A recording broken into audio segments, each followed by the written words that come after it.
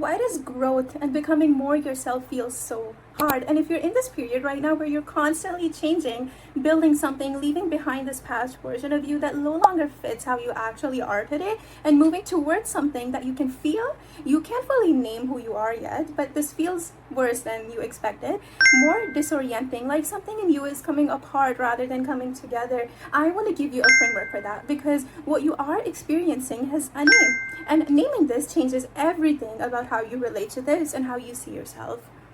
And yes, it doesn't feel like there's growth happening. It just feels like you're dissolving a solid version of yourself that used to exist, and now it's no longer there. And the version that you're moving toward, it's not built enough for you to stand on it. And this gap is in between transition phases. Most people do two things. They push harder, they try to force themselves into this new self, or the second option is that they spiral. They convince themselves that the dissolution means something is wrong with them, or that they're behind, that other people are not having this experience, or something must be wrong, something must be further along. And let me tell you, none of these two are true. None of these two are useful, as a matter of fact. And because it is actually happening, it is structural. It is not a personal thing. It is what this transition requires and demands, being in this phase. And in anthropology, this is called a rites of passage. And yes, it's been studied what happens during these genuine transitions. When you're coming of age and when you decide how to act in different society settings. And what this found is that every genuine transition,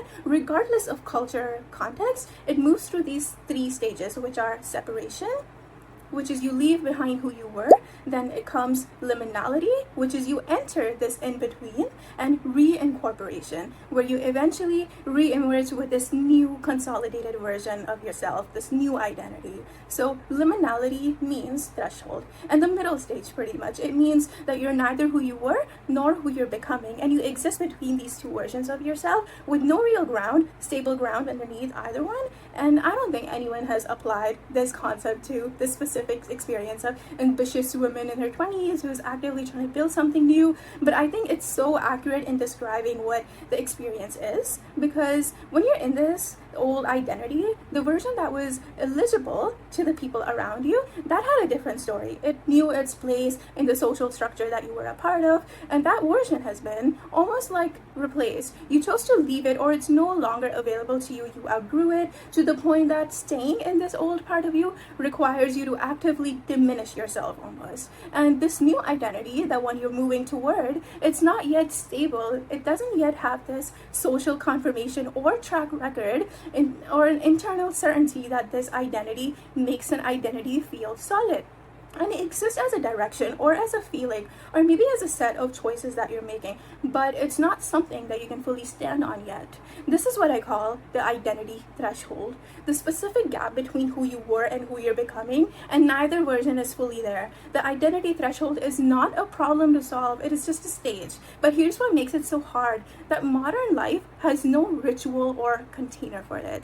When the rites of passage was actually studied in anthropology, it was studied on different cultures. And in different cultures, this liminal stage was acknowledged and it was held. There was a held ceremony that would provide social recognition that this person is in transition. They're stripped of their old status, but they're not yet processed this new one.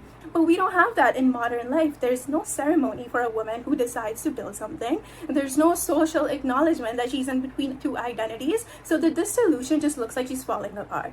And without a space for it in society, it feels almost pathological, like something's wrong with her, rather than it just being a structural part of life.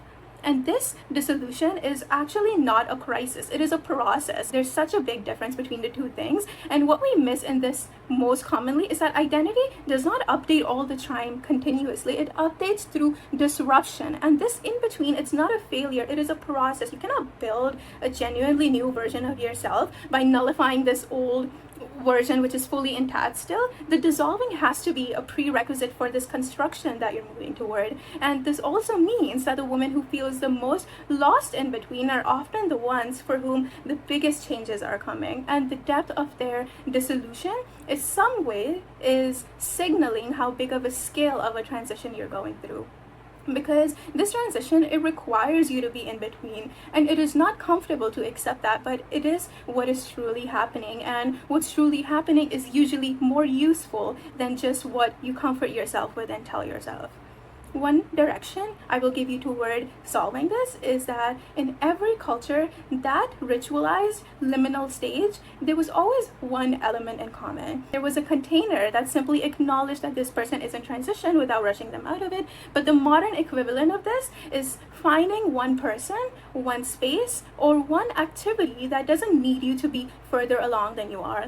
And this acknowledgement alone that you're in between, that is a real and valid place to be. It is not for nothing. And what this does is that you telling yourself you're in between, or telling yourself you feel lost, you're falling behind, you're not doing something right, that story is the wrong diagnosis. You're not lost, you're not on a threshold, and that threshold is not the same as being lost. The threshold has other sides, even when you can't see it from where you're standing right now. And the women who move through this identity transition most effectively are not the ones who push the hardest or they figure out the farthest route, the fastest route to this new self. They're the ones who understood what was happening. They understood it well enough to stop fighting this, to let this in-between be the in-between, to trust the structural nature of the process that they're in.